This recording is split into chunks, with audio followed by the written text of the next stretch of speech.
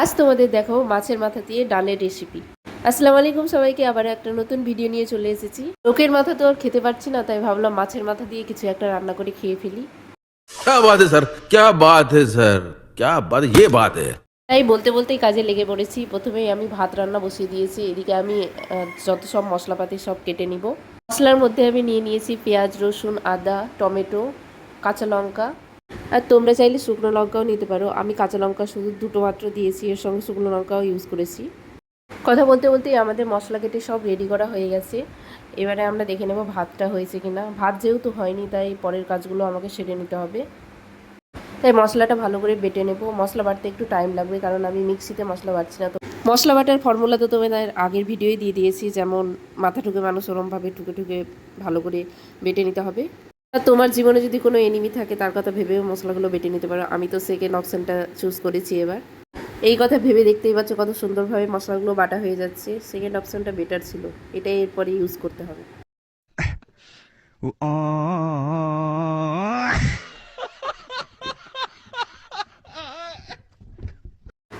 এরকম বৃষ্টির দিনে এরকম একটা রেসিপি হয়ে গেলে আর মানুষ কি চাই। তাই তোমরা ওই বৃষ্টির দিনে এই রেসিপিটা ট্রাই করে দেখতে পারো এবং কমেন্টে বলেও কিন্তু কেমন রান্না করলে। ভাত যতক্ষণ কমপ্লিট হচ্ছে, তাই আমি বাকি কাজগুলো সেরে নিলাম। তাই ডিউটিতে যাওয়ার জন্য ব্যাগ, জলের বোতল এবং ঝাঁটা দেওয়া, এগুলো সব কাজই আমার করা কমপ্লিট হয়ে গেলো। এদিকে ভাতও আমার হয়ে গেছে। জীবনটা তো অন্ধকার আছেই, কিন্তু কড়াইটা দেখছি তার থেকেও অন্ধকার হয়ে আছে। যাক, কিছু করার নেই, সেটাতেই আমাদের রান্না বসিয়ে দিতে হবে। তাই ডালটা, মুগ ডাল সবাই যেন একটু আগে ভেজে নিতে হয়, মানে এমনি শুকনো কড়াই ভেজে নিতে হয়। তাই আমিও ভাজতে শুরু করে দিয়েছি। তারপর ভাজা হয়ে গেলেই জল দিয়ে দিব। পরিমাণ মতো জল দিতে হবে, যতটা ঘনত্ব রাখবে ডালের। ডালে এক এক করে হলুদ, লবণ এবং কাঁচা লঙ্কা যেটা ছিল সেটা দিয়ে দিবে, টেস্টটা একটু বাড়ানোর জন্য। আর যদি নিজের এনিমির জন্য রান্না করো, তাহলে তো 1 চামচ শুকনো লঙ্কার গুঁড়ো ম্যান্ডেটরি। सब क्या देखना पड़ रहा है। अच्छा है मैं अंधा हूँ।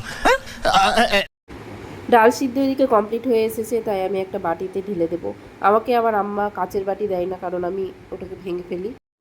मतलब ये जो फिर वही बात आ जाएगी, ये जो गरीब हो ना आदमी, यो साला अपनी आदत से गरीब हो।